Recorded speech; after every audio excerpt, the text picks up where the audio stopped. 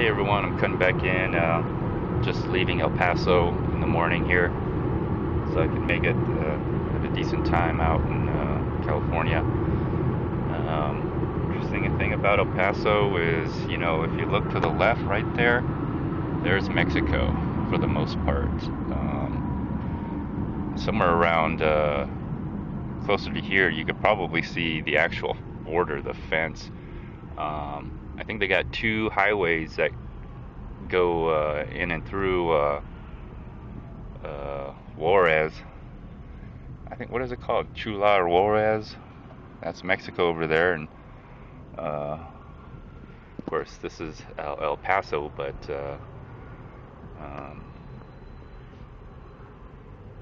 the culture is probably the makeup of the people are probably almost the same, but of course different culture.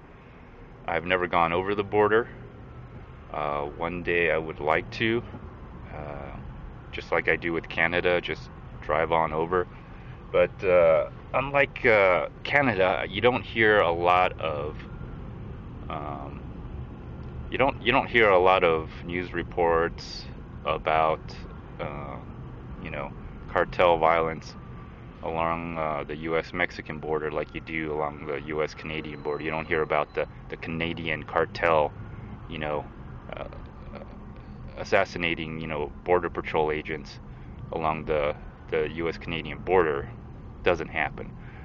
But for some reason, when you get closer to the U.S. Mexican border, you're hearing stories like that on both sides. I mean, a couple years ago, I think there were some border patrol agents that were tried for, I guess, attempted murder of a smuggler, and the smuggler was the informant that got immunity for his testimony. It was really interesting. Anyways, and then you hear on the other side, all the on the Mexican border side, the violence of human trafficking, narcotic smuggling, all sorts of things, underground tunnels, a little bit more crazier. Don't really understand the Mexican structure, but I guess in due time, um, I think a lot of Bitcoiners, or uh, at least in the U.S. and in Mexico, I think that business of trading is going to be perhaps more active if there's a lot of fear that uh, you know the rhetoric of Donald Trump about immigration.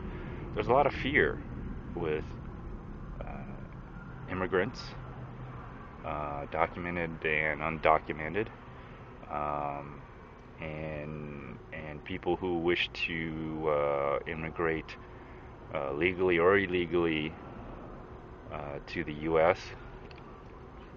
My greatest fear is that there will be a very it's not a fear, but nothing that I fear, I'm afraid of, but I could see political unrest all over the world, failed states all over the world, economic collapse, and also natural disasters. um, I mean, you name it. There could be a lot of things that could go wrong. Even war, to some degree. You're seeing some of that with conflict in Syria and some other parts of the world, where people are migrating to the safest place they can go. And right now, a lot of people are migrating into Europe, feeling that it's safe in Europe. But I think Europe will feel those effects. Um, People will migrate to, or try to migrate to the U.S. Um, my point is, there's probably going to be a lot of capital controls.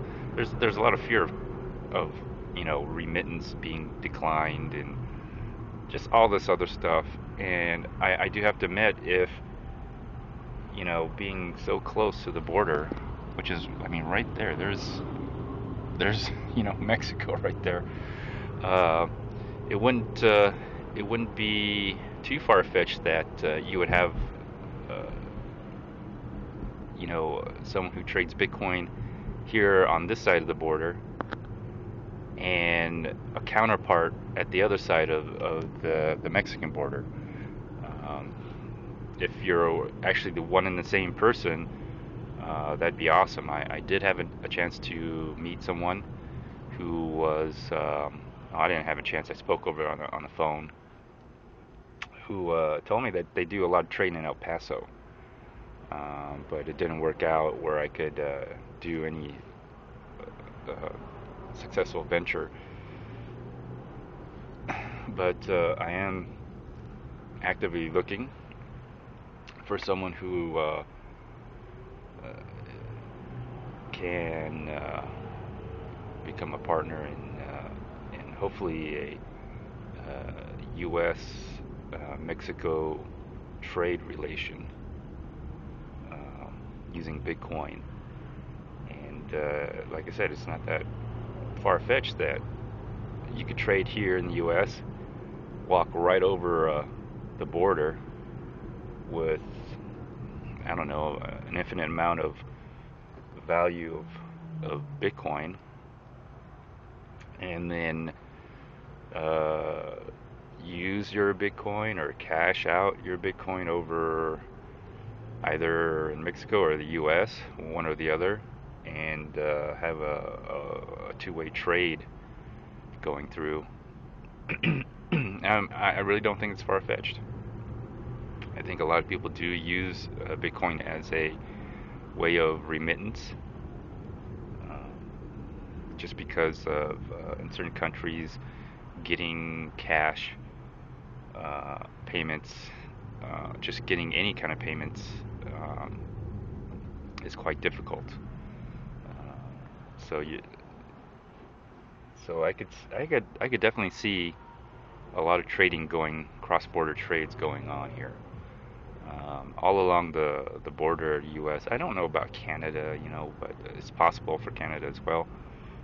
But I would say definitely from U.S. to Mexico or U.S. to anything in in Latin American countries, South America, um, basically from Mexico all the way down to South America, all the way to South America. There's some really good opportunities for, um, first of all, Bitcoin traders or Bitcoin users. Um, and I'm sure that case has been made, but every time I drive by here and drive through, I always say to myself, man, I'm missing such a great opportunity here. Um, it's literally, you could see Mexico from here. It's not a big deal. I mean, same thing down in San Diego when you go down to Tijuana. But I would say all those those border cities, um, Texas, New Mexico, uh, Arizona, California. Um, there's probably a lot of Bitcoin activity going around those areas. Uh, Most likely. I've never personally encountered. I know other Bitcoin traders who speak Spanish and trade Bitcoin, and I know for a fact that they interact with people uh, in Spanish, and so I know there's a lot of trading going on for speaking people. Um, I wish I could speak Spanish. Um, then I would basically try it out myself, see how it goes. But sometimes you can't do it all by yourself. Anyway, I'm stuck in traffic here. I'm not stuck in traffic. This morning traffic, but I got to get out. But it's, every time I drive here, I always look over there, and there's literally there's another city right there across the border. And considering how much Bitcoin is being used for those kind of international trades, cross-border trades, um, I don't think it's being used as much as I think it's being used. Um, I know probably in Europe, more Bitcoin trades are going on, I think, in Europe than I think uh, actually going on in South America for the size of the country. And I think there's a huge, tremendous opportunity. So, every time I stop by, I always think about trying to do something here.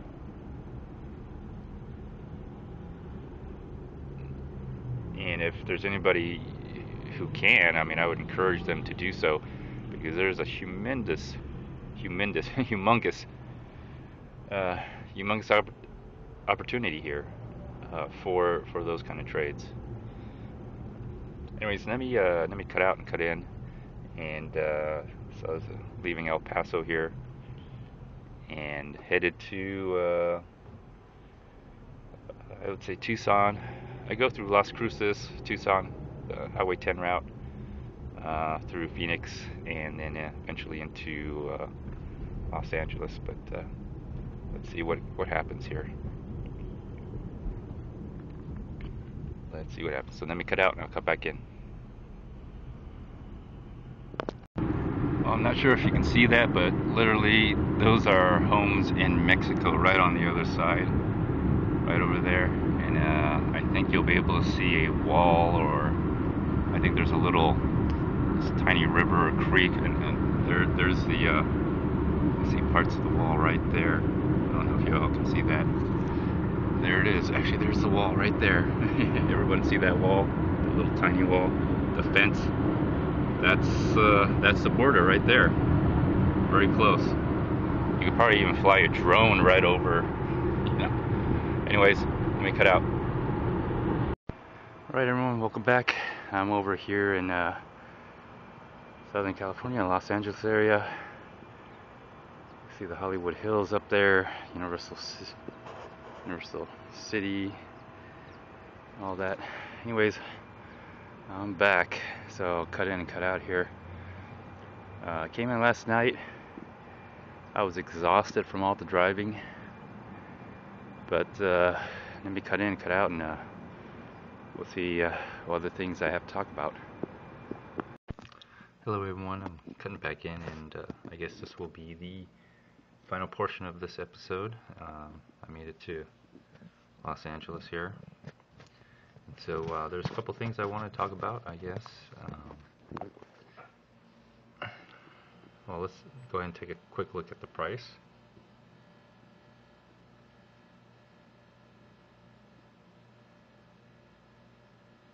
And I'm just going to go down to, well, I'll just go down to number 9, why not? I usually don't, I totally disregard any cryptocurrency that has these asterisks on them, because they're already pre-mined or unminable, so they're not mining, or they've been pre-mined, so there's no work to get them. So I try to disregard those. So just to let you know, and I think you all should do the same too. So there's a little quick chart on the end right there for each one. The noticeable thing I noticed is that Ethereum, well, they're kind of taking a little hit now, but they really rose up from what I think they were like $6 to $8. So that's not too bad. That's like a $200 increase. That's like, that would be like Bitcoin moving $200. Okay, so if you no matter what coin you get into,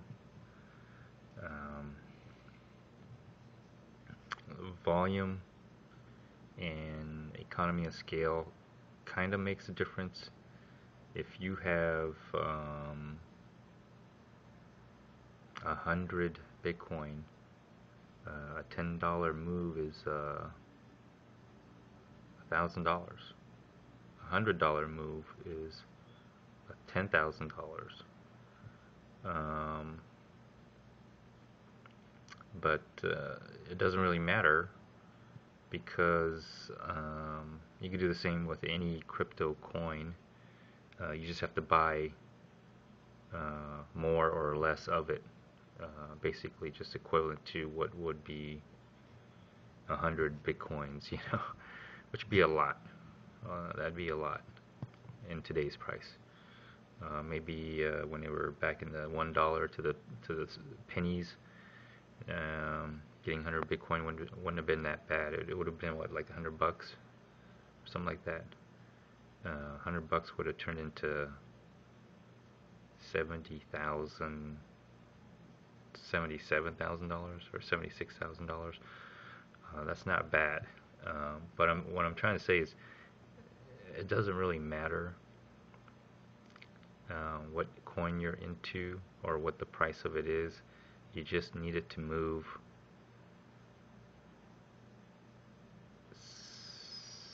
700x or something like that.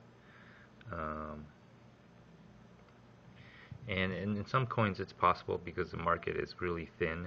So when someone buys like 1 Bitcoin worth of coin, it's quite a bit. Sometimes on these very thin markets. So that's why you get like, if I scroll down here, let me see if I can find one that's a double digit. Are there any? Yeah, like 16% on Bytecoin or something. You can get double digit, double digit percentage moves.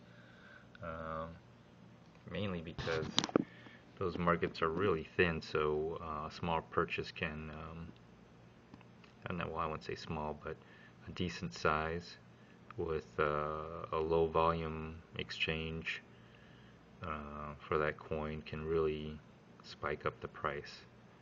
So I'd really prefer if the volume right here is at least a million, and you're starting to see, like these are very low. Steam numbers are very low. Dash has kind of been getting low. I don't know what's up with these. Classic, they sometimes range in the millions. Steam was doing a million, but not so much now. I see Monero doing a million, Litecoin doing 2 million, Ethereum doing 15, Bitcoin doing 75. So larger volumes, harder to move, harder to push up and down that price. You need a lot of money or a lot of coin or whatever altcoin you have that you're trading to move that price. So anyways, that's why I prefer larger volume crypto coin trading. So let's go on with the news. I guess I could talk about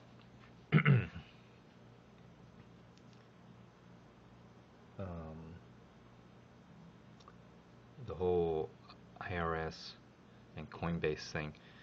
I have moved coins out of Coinbase, but chances are, if you ever bought or sold,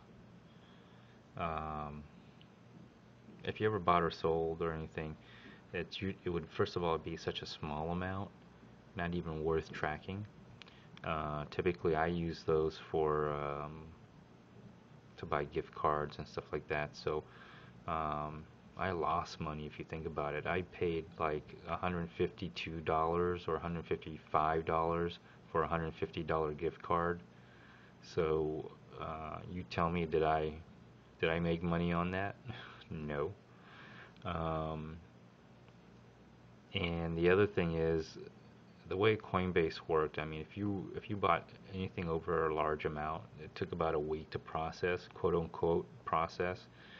And what they usually would do is, if you bought Bitcoins and the price went up during that week, they would cancel your order. But if the price went down that week, so you bought in high, they'd let that order go through. So no matter what, you would always. Eventually, I took all most of my. Eventually, I took most of my coins out of Coinbase. So uh, I would. I haven't really calculated it, but I would have to say most of the time, if I move my Bitcoins out of Coinbase, it was at a loss all the time. Just the way the Coinbase worked. That's if they let the trade go through. So, for example, if you were selling your Bitcoin and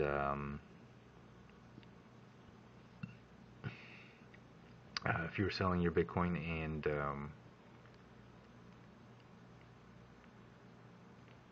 it was a large amount, it took a week to process, um, and the price went up, right, during that week, that means you lost out. Maybe your deposit would have gone through. Probably your deposit would have gone through. So you would have had to basically take a loss. Stuff like that. I mean, that's what would happen. That's why I'm not really worried about the whole Coinbase thing. I stopped buying from Coinbase after that. I stopped buying Coinbase after I couldn't buy $65 worth of Bitcoin to buy a gift card. Um, that's when I ultimately just stopped using Coinbase. I just said, forget this. As far as sorry about that. So that's with the whole IRS and Coinbase thing. Another news is Circle seems to be leaving the business out of buying and selling Bitcoins, which is okay because I never really used them. I think I got $10 worth of Bitcoin when it was 700, so it's probably about $10 worth right now. When I signed up back when the price was falling from $1,000 to down to 700. Um, so it wasn't a lot. $10 worth. I never took it out. I just left it there. Never went beyond that. They were giving away like $10 worth of Bitcoin. Um, uh, Maybe I'll go and get it. I mean, as far as I know, I think they're still there. But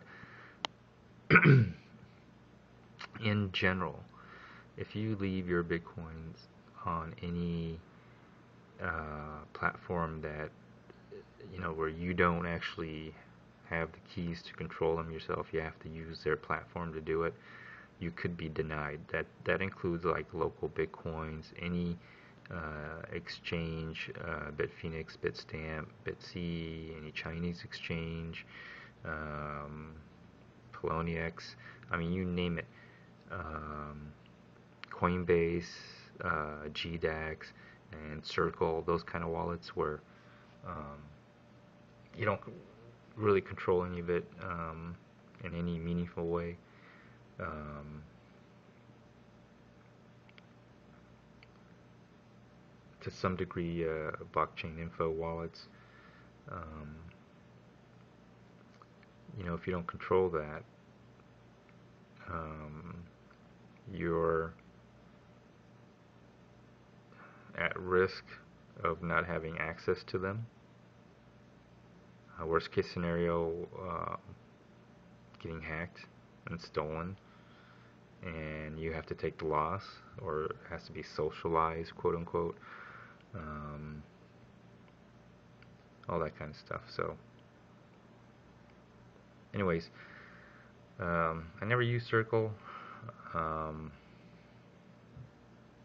I wouldn't trust any platform where, again, you don't control your Bitcoins directly yourself. So, that's how I feel about that. Will I go back for them? Maybe I'll try. I mean, it was just to see this how it went. With Circle, I never bought from them. Um, after experience everything I had with Coinbase, I decided those, uh, companies that are, heavily regulated, tend not to um, be able to fulfill market demand due to their, I guess, I don't know what to call it, either fraud prevention or if they're trying to prevent fraud, or something. I don't know. It's kind of weird.